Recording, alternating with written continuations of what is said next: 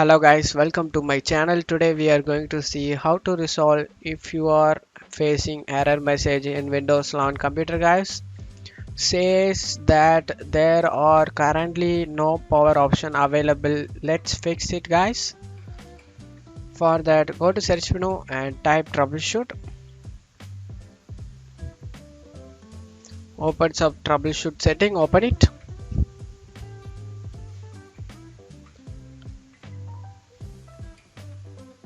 Select other troubleshooters and scroll down guys. Here is power option, click on power option to run.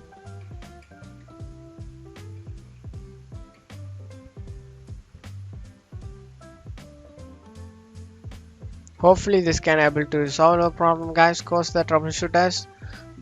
But if you still having a problem, let's move on to the next solution guys. For that go to search menu and type Windows PowerShell. Right click on it and select run as administrator and select yes guys. Now you just need to check my video description for these three commands guys. Just need to copy the command like this and right click on it, eject and paste it in. This is high performance command guys. Just need to copy like this, balance command, balanced, copy it and tap the bar, right click, eject and paste it in guys, press enter. After doing balanced, copy the third command, power saver command. Just need to copy it and tap the bar, right click, eject and paste it in guys, press enter. All your power plan should reappear guys. Restart your device and the check for power option again. Hopefully that can able to resolve a problem. But if you still having a issue, go to search menu and type cmd, command prompt opens up. Click run as administrator and click yes.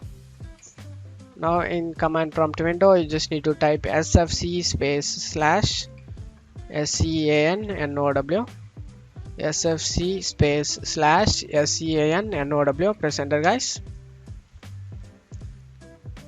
This is file checking utility scan guys. Being system scan, this process will take some time.